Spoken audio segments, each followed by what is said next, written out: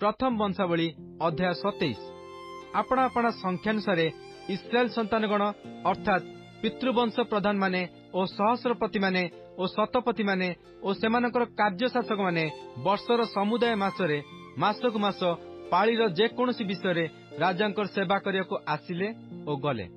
सेमानक प्रत्येक पाळीरे 24,000 लोक थिले। प्रथम पाळी उपरे प्रथम मास निमंते सबदिएलर पुत्र जासबियाम थिला आउ ताहार पाळीरे 24,000 लोक थिले। से पेरस वंशीय लोक।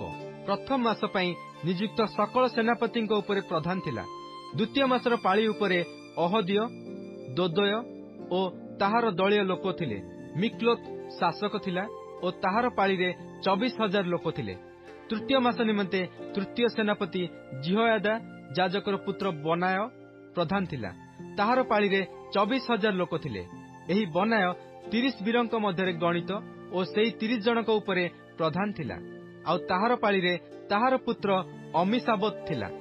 चतुर्थ मास पई चतुर्थ सेनापति जोआबर भ्राता असाहेल थिला और ताहा उतारे ताहार पुत्र सबदिय आउ ताहार पाळीरे 24,000 लोक थिले। पंचम मास निमंते पंचम सेनापति जिस्राहिय समत थिला आउ ताहार पाळीरे 24,000 लोक थिले। षष्ठ मास निमंते षष्ठ सेनापति तकोय इकेश्र पुत्र इग थिला आउ ताहार पाळीरे 24,000 लोक थिले। सप्तम मास निमंते सप्तम सेनापति इफ्राइम वंशजात पोलोनिय हेलस थिला आउ ताहार पाळीरे 24,000 लोक थिले। अष्टम मास निमंते अष्टम सेनापति सेरह वंशजात हुसातीय सिदखय थिला आउ ताहार पाळीरे 24,000 लोक थिले। नवम मास निमंते नवम सेनापति बिन्यामिन वंशजात अनाथोत्य अबीएसर थिला आउ ताहार पाळीरे 24,000 लोक थिले। दशम मास निमंते दशम सेनापति सेरह वंशजात नटोफातीय महरय थिला आउ ताहार पाळीरे 24,000 लोक थिले। एकादश मास निमंते एकादश सेनापति इफ्राइम वंशजात पिरिआथोनिय बनाय थिला आउ ताहार पाळीरे 24,000 लोक थिले।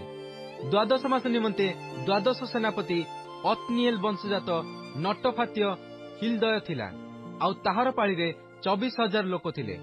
आहुरी इस्राएल वंशाध्यक्ष गण रुबेनिय मानक मध्यरे सिक्रीर पुत्र अध्यक्ष इलिएसर, सिमियोनिय मानक मध्यरे माखार पुत्र सफटिय, लेवी वंश मध्यरे कमुएल पुत्र हसबिय, हारण वंश मध्यरे सादक, जिहुदा वंश मध्यरे दाऊदंकर जणे भ्राता इलिहु, इस्साकर वंश मध्यरे मिखाएल पुत्र अम्री, सबुलिन वंश मध्यरे ओबोदेर पुत्र जिस्मय, नप्ताली वंश मध्यरे अस्रिएल पुत्र जिरेमोत, इफ्राइम संतानगण मध्यरे अससियर पुत्र होसेय, मनसीर अर्धवंश मध्यरे पदायर पुत्र जोएल, गिलियदस्थ मनसीर अर्धवंश मध्यरे जिखरियर पुत्र जिदो, बिन्यामिन वंश मध्यरे अब्नर पुत्र जासिएल, दान वंश मध्यरे जिरोहम पुत्र असरेल।